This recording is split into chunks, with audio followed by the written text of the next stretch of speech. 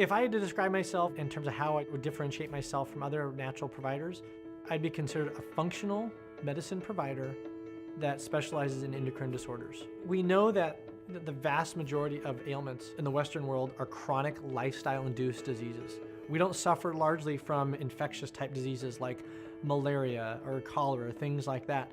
We suffer, vast majority of people and deaths are from lifestyle-induced diseases. When you look at chronic diseases, there's an inflammatory component. Diabetes is now recognized as inflammatory disease, heart disease, all of these things. A lot of people ask me, what is inflammation? So we're all familiar with acute inflammation. Sprained ankle, swells up. Well, what I'm talking about, and what researchers and myself and other scientists now have identified, is subclinical inflammation. Again, that's this low-grade, think of it like lava below the surface. It's this low-grade smoldering irritant. And depending on what you do or don't do every single day of your life, you're telling that lava or that inflammation to either elevate and that pressure to build up, or you're telling it to calm down and back off. So each day you have the power of essentially telling your body to express disease or to express health. So as you make choices throughout your day, if you're making inflammatory choices, that pressure will start to build up, and the chemicals that turn on chronic disease, chronic pain, heart disease, degeneration, arthritis, Alzheimer's, Parkinson's, etc., those genes start to get expressed when there's too much inflammation in the body. And that's where you get the imbalance. There's hundreds of foods that cause inflammation, and there's hundreds of foods that reduce inflammation.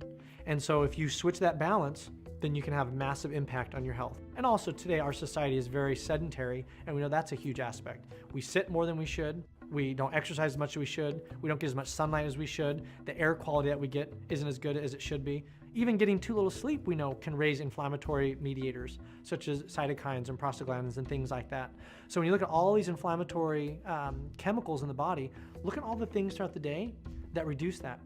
Lots of social interaction, laughing, being active, exercise, clean air, regular sunlight, good nutrition. I believe that the best change that we could have would be if someone has a problem, they go to a natural wellness oriented provider first. Whether that's, of course, a chiropractor, a naturopath, a functional medicine practitioner, someone along those lines initially. And if it couldn't be fixed or ameliorated with natural solutions, natural lifestyle changes, supplements, nutrition, exercise, meditation, etc., then you take the next step up. Because we know that every drug that's out there, there's a side effect for it. And just like smoking, every time you take a drug, the chances of side effects go up. Just like every cigarette that someone smokes, their chances of health consequences goes up. To me, a breakthrough is when you have a pain point or something that you're passionate about that you're working on so fervently. And one was, it wasn't necessarily a moment as much as a defining person, and that was my mom. I remember when I was 10, when my mom got sick. In my 40s, it happened very suddenly, very suddenly. I woke up that summer every morning with tingling in my hands. Finally had a neurologist who, gosh, he was probably the 5th doctor I went to, tell me I had fibrositis. Now they call it fibromyalgia. Because by then it was going all the way down my right side. And also the fatigue set in.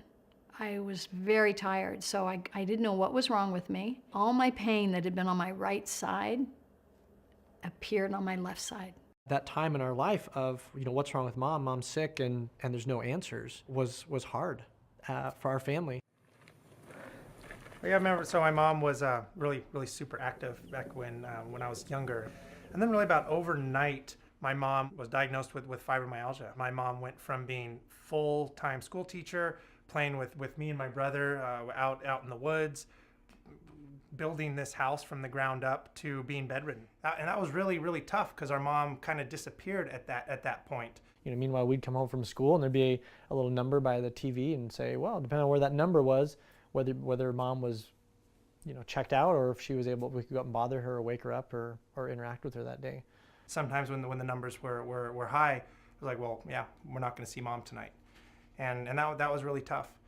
Unless you've had chronic fatigue and chronic pain, it's very difficult to know what it's like to live with it day in and day out. My son, he graduates, from college, and he's headed to Palmer Chiropractic School in Florida. He says, Mom, I'm really excited about something here. And he said, I'm learning so much about nutrition and how diet and what we eat affects every part of our being.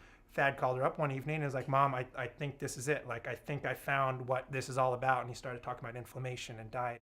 He says, all right, Mom, I got a plan for you. This is what you're going to do.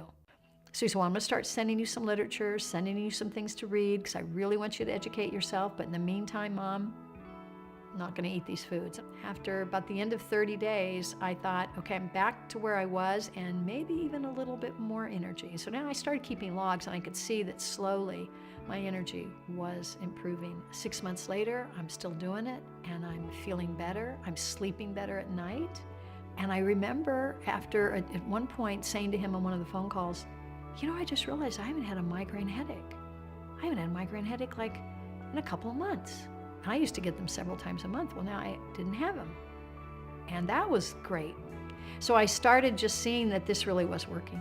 10 years later, my fibromyalgia is in 100% complete remission. I went on a hike yesterday with people my age, and I'm leading the pack, and I'm going like, come on guys, let's get going. It's almost like the fountain of youth. That is, I believe, what my son lives by. Wanting to make the world a better place by helping as many people as he can regain their health. And he'll do it one at a time. He just as soon do it 100 at a time, 1,000 at a time, but whatever it takes, that's what he's committed his life to. She's just healthier than she's ever been. She's able to keep up with me and my brother when we go on hikes, and some of the friends we take along who, I'm 37 years old, so I have some friends that are in pretty decent shape. They're turning back halfway, and she's making it to the top. It's really amazing. It's really just a beautiful thing. You know, one of the things that my grandmother always told my mom, and then that my mom instilled in me, was, asking yourself at the end of the day, is the world a better place because you're in it, or is it a worse off because you're in it? And if you can say that the world was better off because you're in it today, then you did a good job that day.